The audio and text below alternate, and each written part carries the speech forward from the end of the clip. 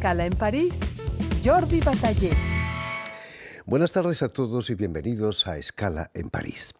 El próximo 6 de junio se presenta en la sala La Marbrerie en Montreuil, localidad aledaña a París, el proyecto Emidi, última creación de Tunde Jegede, músico nacido en Londres, de ascendencia nigeriana e irlandesa, quien junto a la flautista y cantante argentina Diana Baroni abordan las peripecias de Joseph Antonio Emidi, hombre capturado en Guinea a finales del siglo XVIII y llevado como esclavo a Brasil, donde se convirtió en virtuoso del violín.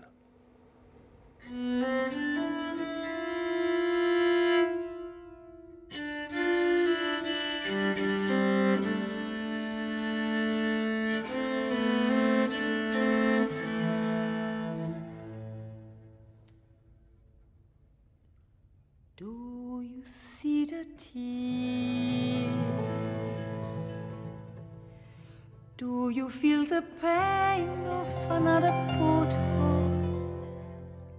A journey away from the heart in this river of lament.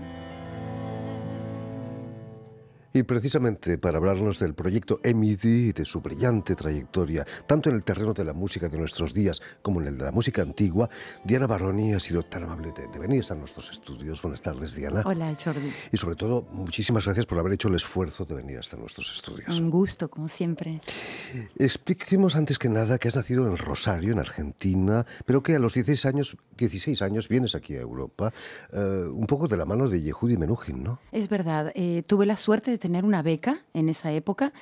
Venían a América Latina Menuhin con un colaborador, Alberto Lisi, en aquel entonces a Argentina, a buscar, músicos jóvenes, talentos, vamos a decir, y tuve la suerte entonces de que me invitaran. Ese fue el primer paso para venirme al viejo continente, vamos a decir. Vienes a Suiza, donde vas a estudiar en la Schola Cantorum. Exacto. Tuve esta primera peripecia en la escuela de Lisi, Menuhin, y luego, muchos años después, o sea, casi diría 8 años después, vine hacia la Schola Cantorum, a Basilea, a estudiar música antigua, con una serie de argentinos. Hay muchos argentinos en ese momento muy próximos a mí, amigos que estaban haciendo música antigua y que me motivaron para que viniera yo también a hacer estudios aquí, ¿no? No solamente estudias flauta, estudias piano también, y sobre todo musicología, ¿no? Eso te dio una dimensión mucho más interesante de como intérprete. Claro, yo tenía, cuando era muy pequeña y joven, digamos, tenía siempre como la sensación de no estar profundamente en la música siendo solamente intérprete. Esa relación cambió, es decir, yo me siento muy feliz de ser intérprete hoy en día, pero eso fue lo que, digamos, el motor que hizo que yo tuviera la intención de estudiar cosas paralelas o ir un poco más lejos de una manera más profunda en la información musical, ¿no?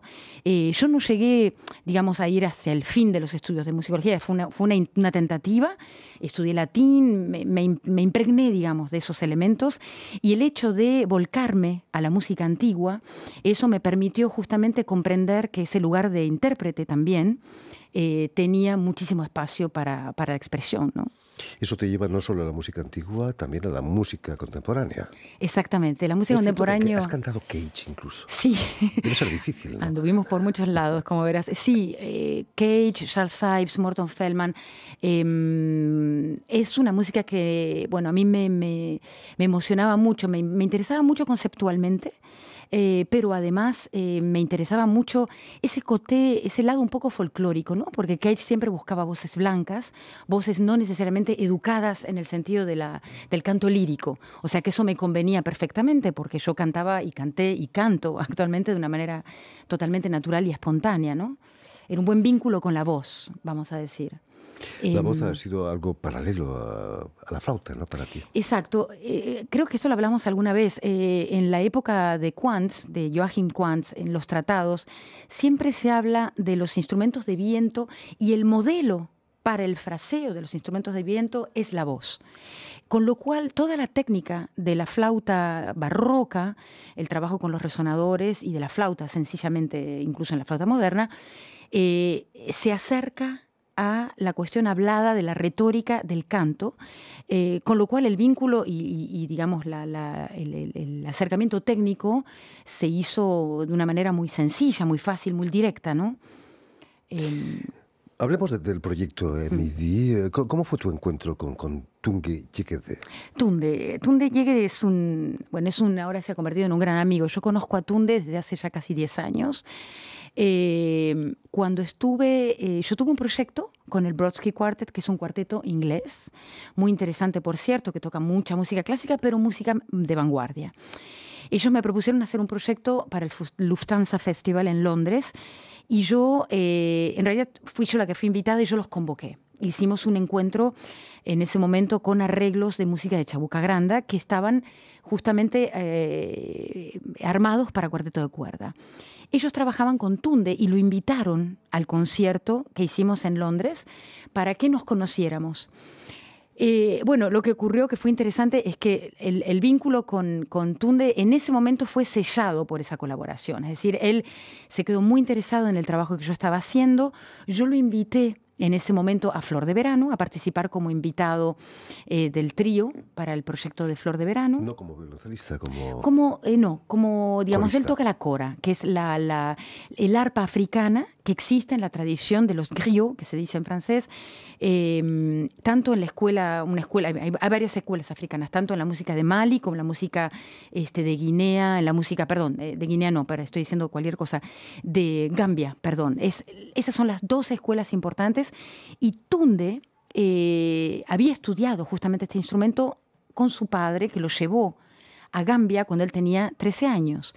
Entonces es una persona también que tiene esta doble vida, ¿no? Con el cello como instrumento clásico y con la cora como instrumento tradicional, y todo el bagaje, la herencia musical de la tradición de ese instrumento, ¿no? Expliquemos a nuestros telespectadores quién era Joseph Antonio Emidi. Bueno, la historia es muy fascinante. Emidi sabemos que nació en Guinea en 1775, que fue capturado para ser vendido y trabajar en plantaciones en Brasil. Aparentemente él aprende el violín en Brasil con quien era su dueño o su maître, ¿no? El violín es su elemento, lo que le dará la libertad más tarde. En Brasil lo que ocurre es que su maestro, su dueño, en un momento hay revueltas y deciden irse, solo que, le dice, tú vienes conmigo, ¿no? Como era su propiedad, se suben a un barco y van a Lisboa. Se salvan de este momento de revueltas. Esta es la información que Tunde fue recopilando con los documentos que nos llegan a nuestros días, ¿no? De Emidi. En Portugal, a él lo remarcan, lo identifican como gran violinista. Entonces se empieza a trabajar en la Ópera de Lisboa, en la corte, para la corte portuguesa. Entra en este escenario tan delirante, entra el Capitán Pillow, que lo captura a la salida de la ópera, por la salida de artistas, con su violín. ¿Por qué? Porque al Capitán Pillow le gustaba mucho el violín. Y lo captura nuevamente, o sea que lo pone en cautiverio en su barco durante 7 años para que toque a sus servicios. Vuelve al estado de esclavitud, Joseph Emidi. Y entra nuestro querido Napoleón Bonaparte en la historia también. Con las guerras napoleónicas, lo que ocurre es que el barco del Capitán Pillow es bombardeado, digamos, y finalmente Emidi es liberado en las costas de Falmouth, en el Commonwealth, para finalmente empezar una nueva vida como hombre libre. Debía ser un gran violinista, porque para ser primer violín de la orquesta de la Ópera de Lisboa, siendo negro, debe ser algo increíble, ¿no? Era tenemos documentación, por suerte. Este es el gran trabajo de investigación que hizo Tunde, ¿no? Con su madre, que es una apasionada de la historia.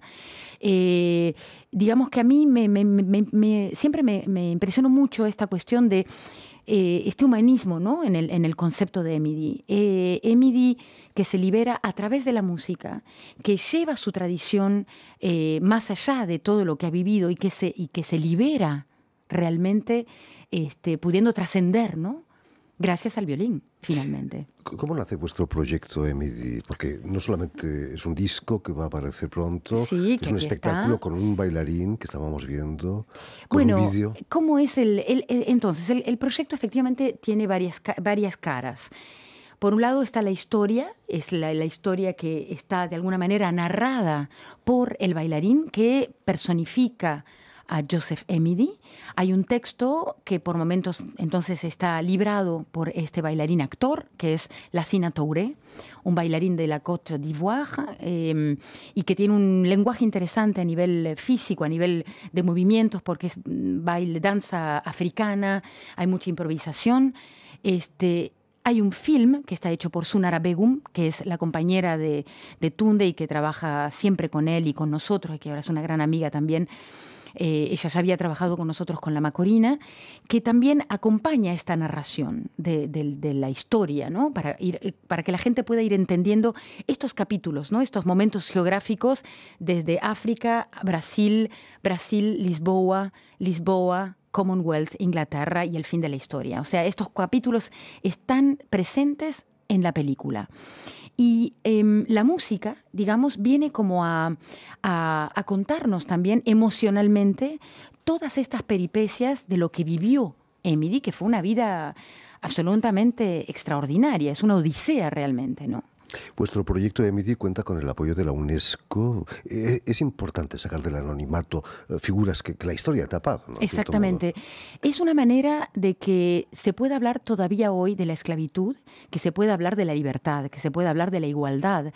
Esta labelización que nos ha otorgado la UNESCO, estamos realmente muy orgullosos, ¿no? Es el programa de la Route de l'Esclave y son proyectos que son justamente acompañados para que no olvidemos la historia, ¿no? Para que la memoria siga viva. El disco va a salir al mercado el 8 de junio, si no me equivoco. Y es un disco muy curioso por un sello muy prestigioso, el sello Papilio. Papilio. Bueno, es un colectivo de artistas. Tú ya lo conoces. Tenemos 4 discos que ya han salido. La Macorina, The Elements, Yamaoke y Sin Cuartel, cada disco con su propio color. Y este es el nuevo venido, que es el disco que vamos a sacar el 8 de junio, que estará disponible en la FNAC y en todos las grandes surfaces, en los grandes negocios. Está distribuido por Audier. Y bueno, tiene esta particularidad, ¿no? Que se abre de una manera maravillosa. En fin, pues ya lo saben, el disco de Emedy Project sale al mercado aquí en Francia el 8 de junio, como decíamos, 2 días después de la presentación en la Marbreuil, esa sala fantástica de Montreuil. Muchísimas gracias, Diana, por estar con nosotros, y a ustedes les damos cita para una nueva edición de Escala en París.